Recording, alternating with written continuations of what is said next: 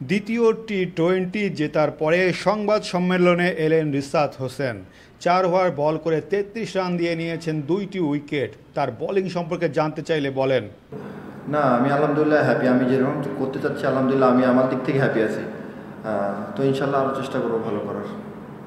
Spin coach Mostak আহমেদের কাছ থেকে নতুন কিছু শিখছেন কিনা জানতে চাইলে বলেন, না আপাতত আমি যেহেতু সামনে খেলা অনেকগুলো, আমি এক্সট্রা কোনো কিছু চেষ্টা করতেছি না। যে আমার যেগুলো ন্যাচারাল আছে এগুলোর উপরে আমি আরও একটু স্ট্রেন্থ আনতে চাচ্ছি, যেগুলো তো আরও ইফেক্টিভ হয়, এগুলো নিয়ে কাজ করতেছি নর্মালি। আজকের ম্যাচের উইকেট কেমন ছিল জানতে চাইলে রিশাদ বলেন, উইকেট আলহামদুলিল্লাহ ভালো ছিল। না উইকেট নর্মালি ব্যাটসম্যান বলার যেভাবে পারে ভালো ছিল, দুই দিক দিয়ে ভালো ছিল আলহামদুলিল্লাহ। না সবাই আলহামদুলিল্লাহ কনফিডেন্স ছিল। হয়তো একটু রান কম দেখে মনে হচ্ছে একটু সব বডি ল্যাঙ্গুয়েজ এরকম ছিল, বাট নর্মাল সব।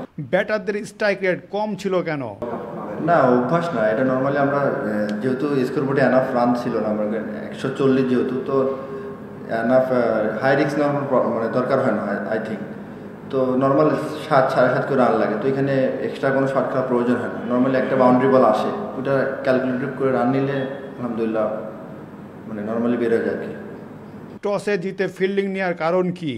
না টস নিয়ে কোনো ব্যাটিং বোলিং যাই পায় কোনো সমস্যা নাই। তো নর্মালি আমাদের প্ল্যান থাকে যে বোলিং যেহেতু অনেক গরম, আর আই থিঙ্ক ওয়ার্ল্ড কাপে গরম থাকবে প্রথমের দিকে, তো আমরা চেষ্টা করতেছি ইউজ টু হওয়ার জন্য আর কি। লিটনের ব্যাটিং কেমন ছিল দ্বিতীয় টি-20 ম্যাচে? না দাদা নর্মালি যেরকম করে আর কি আসছে নর্মালি ওরকমই ছিল, এক্সট্রা কোনো কিছু করে নাই। স্বাভাবিকভাবে একটু সব ব্যাটসম্যানই চায় যে লাইফ পাইলে যেন এটা ক্যারি করতে হবে লং টাইম।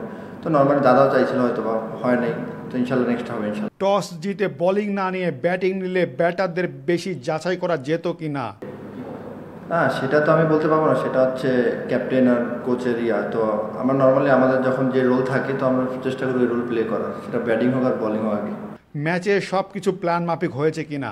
না সব জায়গায় ঠিক বলতে ভুল হবে। আমরা মাঝে মাঝে একটু